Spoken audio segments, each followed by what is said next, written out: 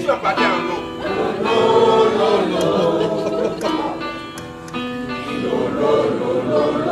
On va aller en lait.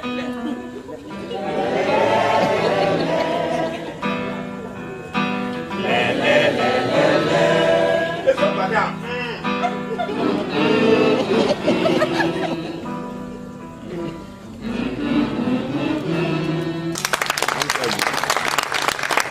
Alors nous allons voyager ensemble. On est dans le même bateau. Si ça chavire, c'est nous tous. Donc il faut qu'on s'arrange à aller ensemble et dans un mouvement bien précis. Donc quand je dis ma peine à ma coura, vous répondez à peine et on continue. Hein? Vous pouvez aller? Ma peine à ma coura? À peine. Non mais ça ne peut pas faire avancer mon navire. Hein? Ma peine à ma coura? À peine. Ma peine à ma coura? À peine. Alors là vous avez répondu à peine. Je vais vous envoyer dans la grande forêt. Et dans cette grande forêt, il y avait un monsieur du nom de Don Zoba. Don Zoba était un chasseur intrépide. Il pouvait, lui, au cours d'une seule partie de chasse, tuer des dizaines et des dizaines de gibiers. Chaque matin, Don Zoba se levait de chez lui, sortait de la cour, prenait son arc, son carquois et s'engouffrait dans la forêt. Et lorsqu'il apercevait un animal, rapidement, il enlevait une flèche. Il mettait dans son carquois, il visait. Et au moment de lâcher la flèche, il entonnait une chanson magique.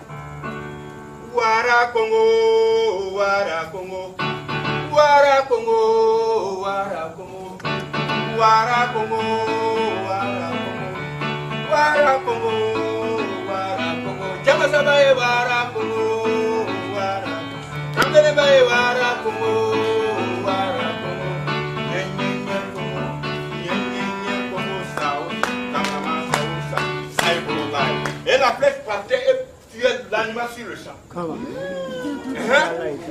Et c'était comme ça tous les jours. Il pouvait tuer des centaines de buffles, des centaines d'éléphants. Il tuait.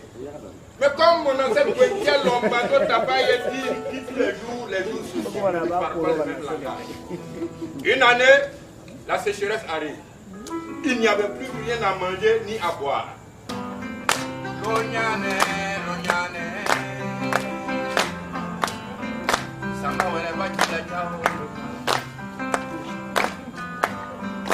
Manape baba konda nyole ya penema nyonda chele.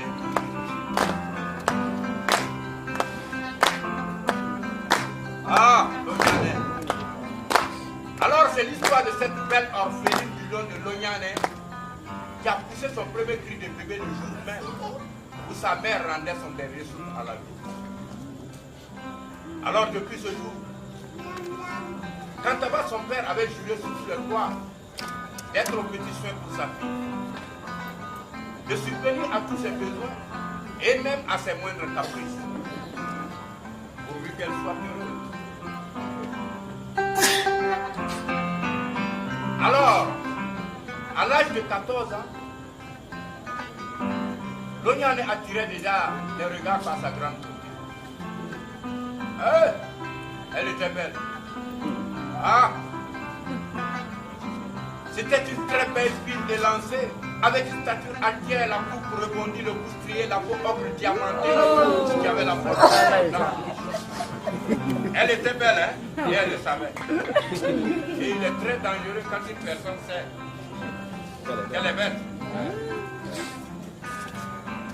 Manape mabako tanyole ya penema nyonda jele.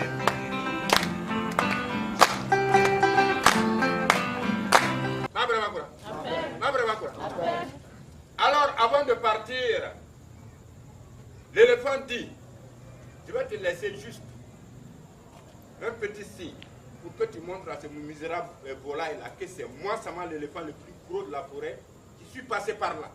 Alors il s'incline légèrement et dépose un petit tas d'excréments, semblant à une montagne. Les excréments d'un éléphant quand même. Et il s'en va. Le lendemain matin, le coq arrive. Lorsque le coq arrive, à sa grande surprise, sa tabac n'a pas été faite.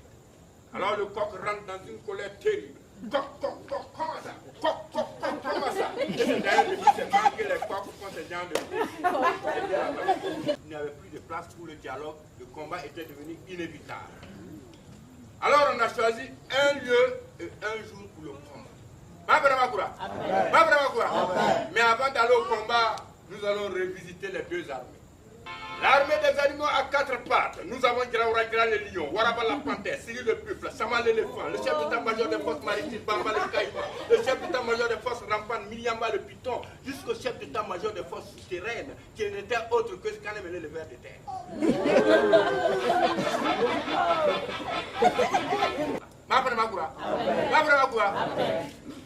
Nous voilà. Enfin le grand jour arrive. Ce jour-là, la lune vit de rentrer chez elle parce qu'elle voulait voir le combat. 6 h du matin, la lune était là. À 7 h, elle était là. À 8 h, elle était là. À 9 h, elle était là. À 10 h, elle était là. À 11 h, elle était là. À midi, elle était là. Et c'est à ce moment précis que le soleil, dans son parcours quotidien, croise la lune sur son chemin et crée l'éclipse solaire. Applaudissez pour l'éclipse solaire.